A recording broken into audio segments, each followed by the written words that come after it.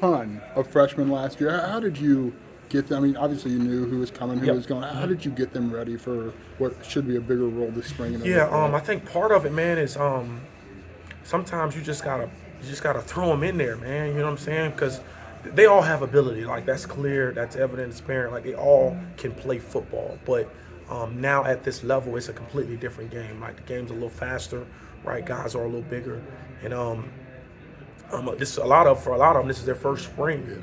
And so this is huge for us. And so just even coming into spring, right, I'm just challenging these guys daily, right? Whether it's with film, whether it's with our playbook, just challenging them daily to be great, you know, like to really, like you want to play in the NFL, right? Because everybody says that they want to play in the NFL. But this is what an NFL player looks like, right? Like the average size in the NFL for a corner, all of them are over 185, right? So during the offseason, had some guys at like the 180 mark, had some guys at the 170 mark, right? They're younger guys, right? They still got some time here, but showing them a list of NFL guys and their weights and how tall they are, right? You can't control your height, but you can control your weight. All right, and so like we got to gain some weight to protect ourselves, right? Some of you guys are smaller. You're gonna be tackling bigger backs. I need you for more than a couple of quarters. I need you for more than a couple of games, right? I need you a whole season. So just challenging them off the field, right? They're spending time at my house, developing a real relationship with them, so that they know that I care outside of football. And I think everything else will take care of itself. I think once those young men see that, they want to play hard for you. They want to have success for you, and ultimately, they will.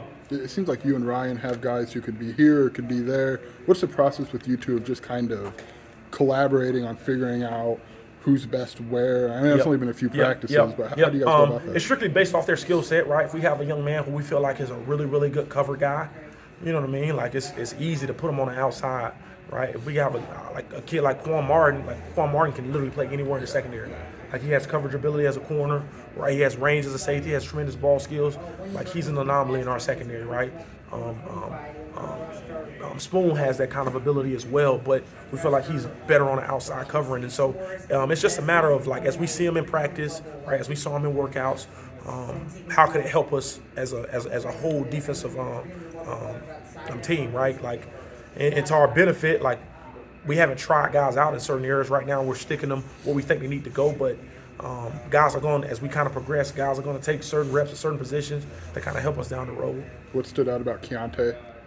His ball skills. I mean, that kid's probably had an interception every day, multiple. Right? His ball skills are second to none. Like, I know everybody is talking about. It's funny because yesterday I walk up to him and was like, man, I thought Kirby left. Yeah, he was just snatching the ball out the sky, dude. He has phenomenal ball skills. Like he's a football player. Like he don't say much. He understands what we're doing schematically. The kid is a football player, right? He's not a 4-3 guy. He's just a football player. He's always around the ball. He's always near the ball. But his ball skills is what stood out so far. It seems like Prince has some Kirby-esque traits to him. Am I close on that? Yeah, you are. He's obviously a little younger, but his range for the football is unbelievable. And I think with a lot of these younger players, it's just they need some experience. They need to be thrown into the fire, right? They're going to make mistakes, but they flash a lot in practice, right? And it's encouraging as a coach when they do flash. And so just really excited about once we do scrimmage, to see them in scrimmage and live situations, just to see how they respond, because the ability is there for every last one of them. And then the two guys who traveled, Daniel and Tyler, last year, how they developed. I mean, it seems like they could find themselves in a spot. Absolutely. Wish they were a little taller, right? We all wish that. But they've snooped Daniel Edwards. He's put on a little bit of weight, which I love because I want him to protect himself. But they've been phenomenal. They've actually been running with the twos so far. They're getting a lot of really good reps. There's been some rotation between them and Didi and Talon. And so they're doing a tremendous job. And I'm just very eager to see how they scrimmage because they all want it. Like they truly, truly want it. And I think a culmination of that is they're all doing really, really well in school.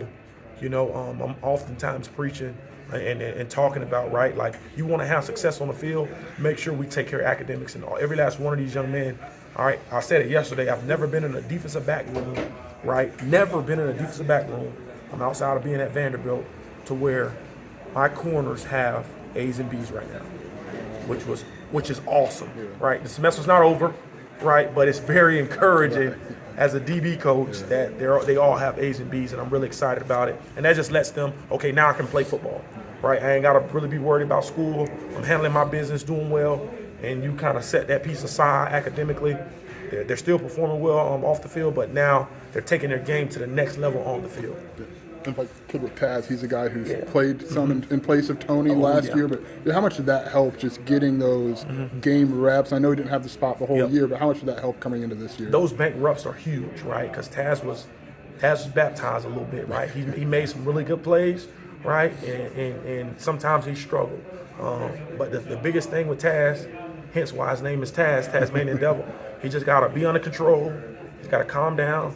In these last 3 practices, he's been all that in the bag of chips, man. I'm just really, really excited about his progression as a player because I think your young man has a lot of special talent.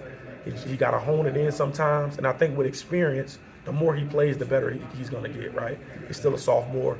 All right, he's got plenty of time here, but the more he plays, the better he's going to be. Thank you so much.